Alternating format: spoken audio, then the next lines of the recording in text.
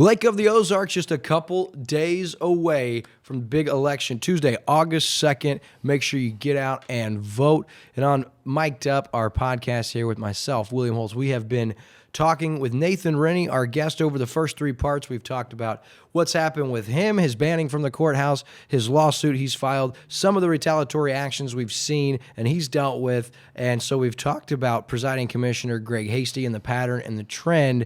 He's one of the two most powerful positions in the county, the other being probably our prosecutor. And what's different about Caleb Cunningham, he wasn't even elected. He was actually appointed. And you've had a few, I wouldn't say issues, but you've had some encounters to speak on with Prosecutor Cunningham. Oh, yeah. Yeah, I guess, he's the one that originated the search warrant, him and his office, his detective. After they lost that with the Phelps County Special Prosecutor, then he came back and tried to get the Attorney General to do something to me, and he lost that. Then he tried to take the messages that he stole from me and get the Kansas City Star to do a story on it because he thought I was running for office. And he's failed every time he's tried to do something. So, I don't have much respect for him for the way he handles himself. As you've covered the audios, the things that he said, he tried to say that those were out of context, or that I don't know how those could be in context. Yeah, I was going to say there's no context where those things are appropriate, and I mean those are his words, his sentences, 100%, start to finish, his thoughts, his words. And particularly disturbing is the one about the search warrant with the gas station, where he talks about sending those guys in and telling the deputies to rip the cameras off the wall and smash them. Actually, let's just listen to that for a second here. Gas station, that there was a hit and run, and they were at the gas station right before, and we asked them for the surveillance, and they said no. I asked the trooper that. She said the guy just said no. And I said, all right, well, come to my office. And she said, I can do an investigative subpoena. I said, no, we're going to do a search warrant. You're going to take it out of the wall and pull the wires out of the wall and snatch the camera down. And then if he tries to stop you, he's going to jail for snitching. That's what happened. We snatched it out of the wall and tore the camera down, and he went to jail. That's the kind of guy that we're dealing with here. I mean, it's kind of a maniacal is what I would say. I just think... and everything he's done in his election is just all superficial, fake BS. He says he backs the blue, yet he craps on every department at the lake. He joined he joined a board locally here, and he was on it for 2 weeks, as my understanding. Went to one meeting, and then all of a sudden he used it in one of his advertisements. It's just, the guy is pure politician. Let's talk about how he got here, because he's not from here, and also on top of that, he was never elected. He was a special appointment as prosecutor. And that's not like a secretary or someone that may not have so much influence or so much power. I mean, the most powerful position in Camden County wasn't even voted by the people of Camden County. So how did he get there? He was friends with one of the assistant prosecutors at the time, Mrs. Miller, and they'd been friends for some time, I guess, and she had him, evidently told him there was a job opening, so he came on as an assistant, and then when she was appointed to judge because of a vacancy, then he got appointed to prosecutor.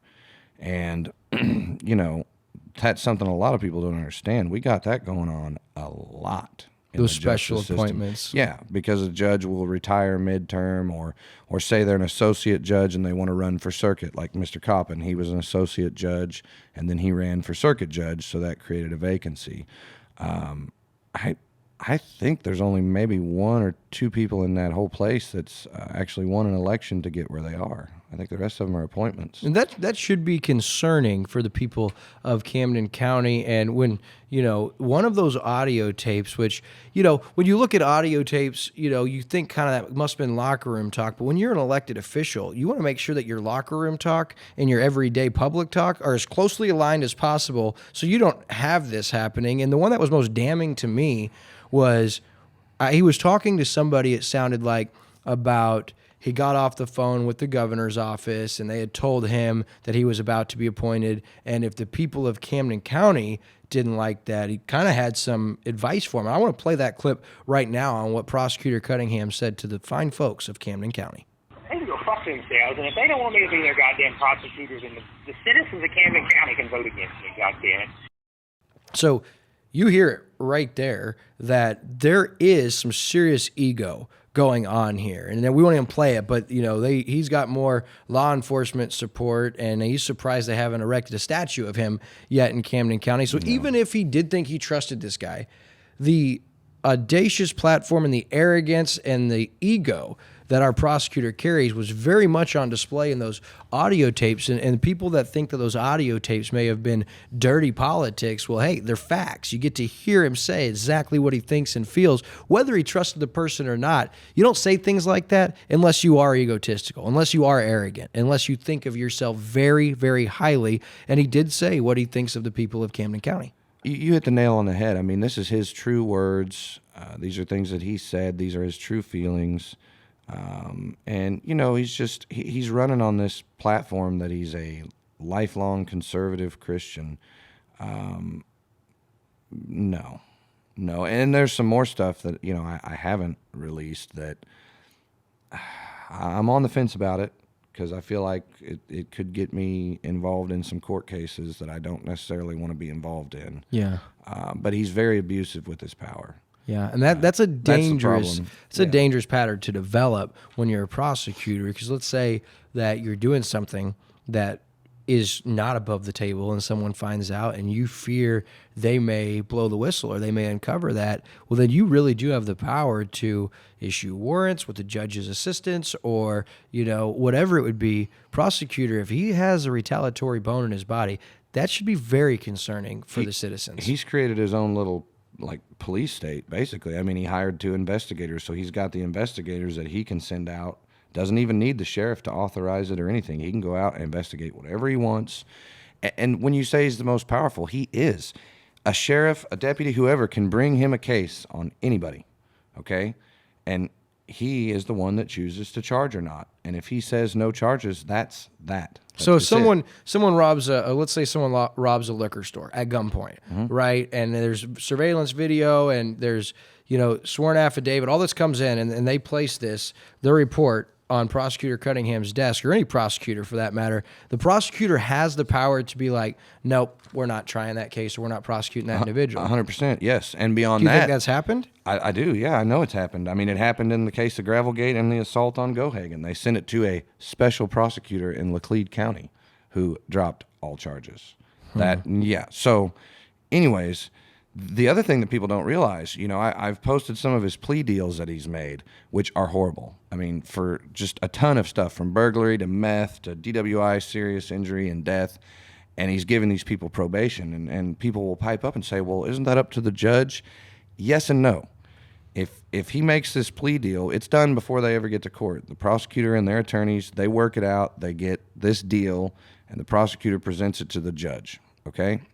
And a lot of times the judge will say, have you spoken with the victims? And that's supposed to be taken into consideration. One of those cases, I know he did not speak to the victims, but he told the judge that he did. And those victims have made a complaint. But what I'm getting at is, if a judge were to reject that plea deal, then the prosecutor can yank the charges and refile with a different judge. To still get the charges to still get the plea deal that he wants. So you can just keep going to judge after judge after judge until you get the desired plea. Judges rarely, if ever, reject a plea deal. And if they do, it's mostly symbolic, because, again, the prosecutor can drop the charges and then refile and get a different judge. So if a judge rejects a plea deal, it's symbolic, because it doesn't stop anything. If a prosecutor has set up a plea deal and an agreement, that's what it's going to be. Can we talk about one case in particular that was kind of used actually in my correspondence and messaging back and forth with presiding commissioner Hasty myself? Well, he didn't like when we did the story on those audio tapes, and he kind of said your reputation's on the line and quoted a Bible verse to me, which was very original and fresh to me coming from him.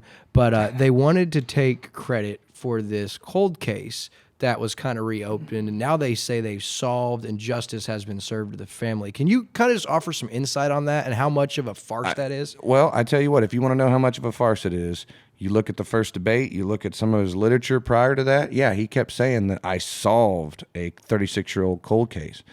I hammered him on that fact. It ain't solved until you've been to court and there's a conviction and it's done. And now, if you look at his new literature, it says arrested and charged a suspect. And he's changed the narrative. He doesn't say that it's solved anymore because he realized people aren't going to buy this. For one thing, I guess he lied to KRMS because KRMS had put out an article saying that the guy had been transported to Missouri. No, he was not. I have a copy of the search warrant, or of the arrest warrant, what they served on him. He was arrested in Louisiana. 3 days later, he bonded out. It was a cheap bond, They gave too. him a $100,000 bond on second-degree murder. That should tell you that whatever judge looked at that didn't think they had a case. So I'm not sure that it's solved or anything else. I will say that the guy's been a free man ever since. He's never been transported to Missouri, and conveniently, his first appearance is not scheduled until after the election. Yeah, how convenient. convenient. That is wild. So, But he's at home. He's a free man. And so when Greg was arguing that no one's been able to get this done, no one's been able to uncover this, and now he called him, actually, just put it up there. You can see what Greg says. This guy is amazing. He's sharp. He fights for the truth and justice, and he's able to get this done. And I asked, well, why is this guy not behind bars? How are you saying you're bringing peace and closure to this family if this guy's now sitting at home? And he's an older guy now because, I mean, this is a long cold case. He's dying at home right now, and he probably will never do any more time.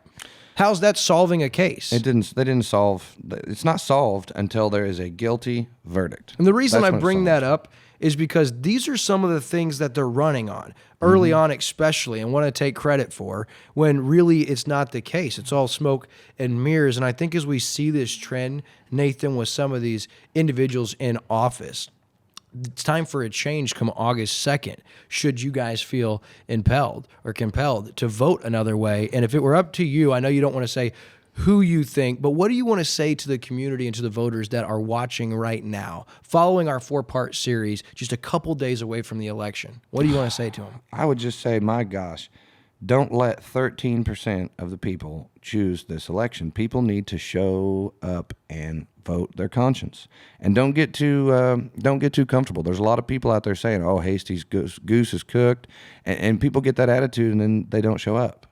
Show up and vote Hasty and Cunningham both out. Get rid of them. You know, that's just all there is to it. You got to show up and vote. Don't be apathetic. It doesn't take hardly any time. Go in, fill out your ballot, and be done. And help us. Like you said, it's one of the most important elections in my lifetime, and especially my time here, in the fact that this is our local election. Local politics make the biggest impact on your life. The commission has the authority over planning and zoning, over your roads, over the health department, over a ton of things that affect your daily life. You guys want to sit on the internet and argue about Biden and Trump this and all that. That's all well and good, but they are several thousand miles away, and they are not as much in control over the things that make up your daily life as these people are. Yeah, I say it all the time, that national politics are easy to talk about, but don't affect you near as deeply as your local politics. Well, man, I appreciate your time, appreciate your willingness to kind of get started with this. And I know it's had a lot of curveballs, and it's taken a lot of your time and a lot of your effort and a lot of your energy and a lot of your business, but somebody had to do it. And in this, hopefully, we're getting to see some of the truth on what actually has been going on in Camden County. This is Nathan Rinne. I'm William Holtz. This has been Mic'd Up Podcast right here on Lake TV. Thank you so much for watching, and more than anything, get out and vote this Tuesday.